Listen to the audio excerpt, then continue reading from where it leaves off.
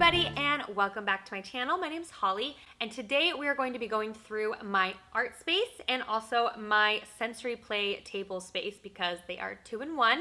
So in case you are new here, I started a new series where I am going through and talking about how I'm setting up my Montessori inspired playroom for you guys. My last video I did on this was about my toy rotation and my shelves that I got. I have two little boys. My oldest is 2.5.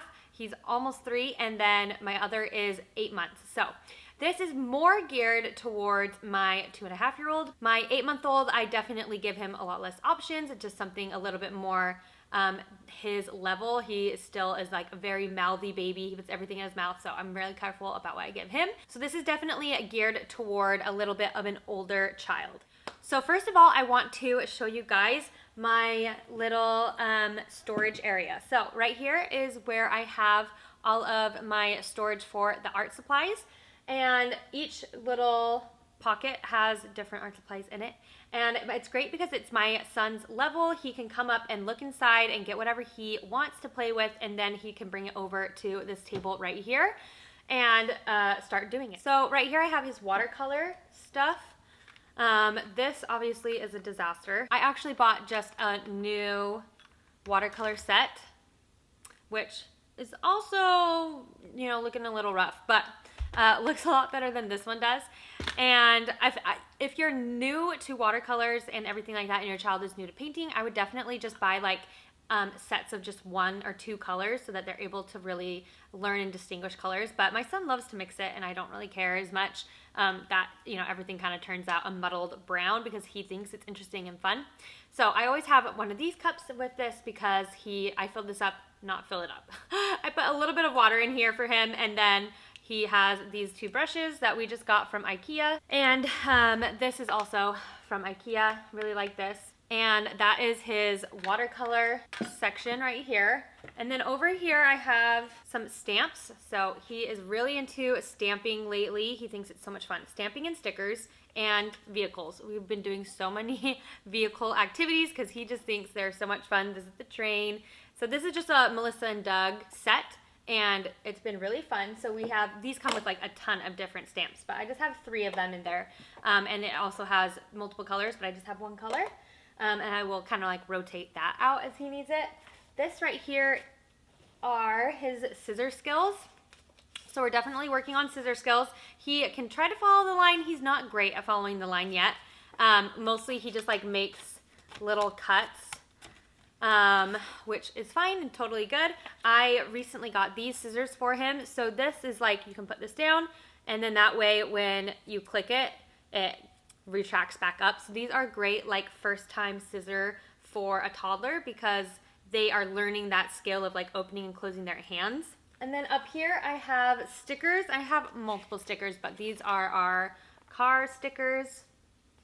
And he has been loving stickers recently. As you can tell, I have his artwork like hanging up, and we have lots of stickers on these pieces of paper. I try to get reusable stickers every once in a while as well so that we can reuse them for a while, but these are also pretty cheap and he loves to like take them off. It's great work for fine motor skills. Then in this I have all of his crayons, and I love these ones because he plays with these in so many different ways. Like he loves to color with them, but he also will put them on my fingers and his fingers all the time. We also do lots of like stacking because they stack so well, and I love it because they are non-toxic and they actually say like edible on the thing. So it's like I got these out, and my 8-month-old can also play with them and start to learn how to color. And then I just have some colored pencil options in here as well. So those are our art supplies that I have here in this tote area. And then I always have a piece of paper pad out just over here. Sorry, the lighting in this is going to be a little bit difficult because I have this window right here.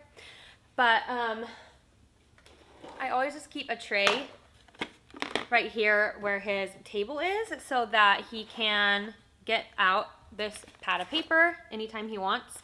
And we just go through. And I always try to make sure to use both sides of the paper because we, you know, can't go through that much paper. So I try to use both sides. These paint stamps have been some of Oak's favorite right now. These are tons of fun because he can stamp it and do tons of different like dot art. So he's been loving these. I give him usually about 2 colors at a time. If I'm really watching him, I might give him a couple more if he's asking for them. But otherwise, I just have 2 of them out, and they either go up here or whatever he's like using, like whatever medium we're like trying to focus on or whatever, I'll just keep it in here with the pad of paper up here so he can always come and grab it whenever he wants to work on art and do a different art project. So because we have like always had a lot of these different activities out, he doesn't usually get into them by himself or like make a mess. Usually he comes to me and asks, hey, I want to do art, and we like start doing it together. And there are a lot of things that I'll let him like sit and do it by himself. But if you are worried about it, I definitely would like slowly introduce having things just sitting out for your child so that it doesn't become a huge mess or hassle for you and like a huge cleanup situation. So definitely you can work on that. And then I always love having a place to put up my child's artwork, and you can do it on the fridge, which is also great. But I also just love to have it in his space as well, so he can see all the time. He gets so excited to be able to like pin up his artwork, and he loves recently to look at them and like point out all the stickers he has on of the different cars. So we do a lot of different art, and it's a great activity to just kind of get through your day. It takes up a lot of time because you do a lot of prep and cleanup and different things like that. So I always love activities that are going to take up a lot of time because kids are like so fast, you know, they move from one activity to the next. And so if you can get things to last a little bit longer, I'm like all for that. And I feel like that's exactly why I love a sensory table and sensory activities, because kids can play with them for so long. I think it's because it's using a ton of different senses. They're like really tactile, and so kids love them. So I love this table. I have this table from Ikea, and it's definitely like the Montessori kid table because I feel like it just works really, really well. Like if you are trying to get into Montessori, if you're trying to get into some different sensory play activities, I would highly recommend this table. I just think it is a pretty good price, and it just works so well for everything that you need it to do.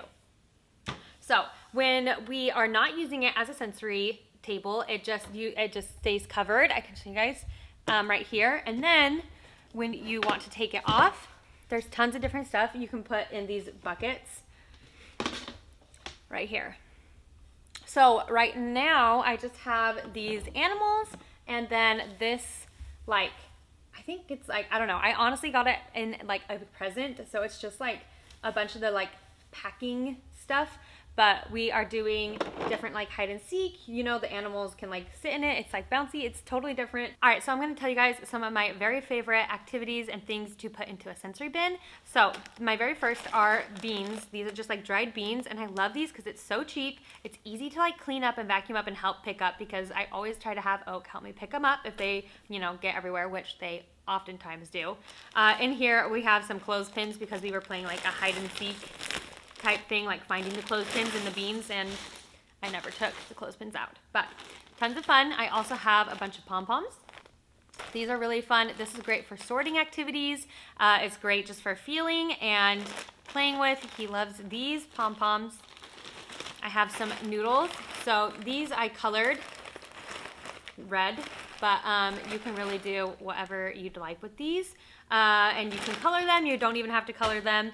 Noodles are a super easy way to get them to, there's like tons of different textures and tons of things to feel when you get noodles. Then I have water beads. So this I think cost me like $7. Okay, this has like 50,000 water beads in here, and they grow huge. If you've never seen water beads, they're tons of fun to play with. Kids love them, and they work really, they're just like feel cool. Like I love to sit and like feel water beads. So water beads are a must. My last tip for you guys is to go to like a dollar store. There's always tons of different things you can find there. My friend found these little, they're like leaves and pumpkins last fall from the dollar store. And it's just like little plasticky things that you can obviously find tons of different stuff no matter the season, and you can find themed items, which I think are tons of fun, especially, you know, around different holidays, to be able to do a themed sensory activity or an art activity or anything like that, so that they can learn about whatever holiday it is or whatever activity or thing that you're wanting them to learn about.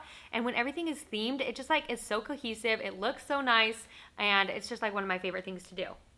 So sensory play has been tons of fun for us, and it has definitely gotten us through some like long days because he just plays with it for a really long time and it works so well. All right, so that is it. Thank you guys so much for watching. I'm so excited to keep continuing to work on my playroom. I want to work on my music and movement space next. I also have been wanting to work on a mural for one of my walls, so I might do a video on that for you guys on how that turns out. But yeah, this is like so much fun for me to share this play area. I hope you guys are enjoying it. If you have any questions, again, let me know. Thank you so much, and I hope you like and subscribe if you want to keep seeing videos like this, and I'll talk to you later. Bye.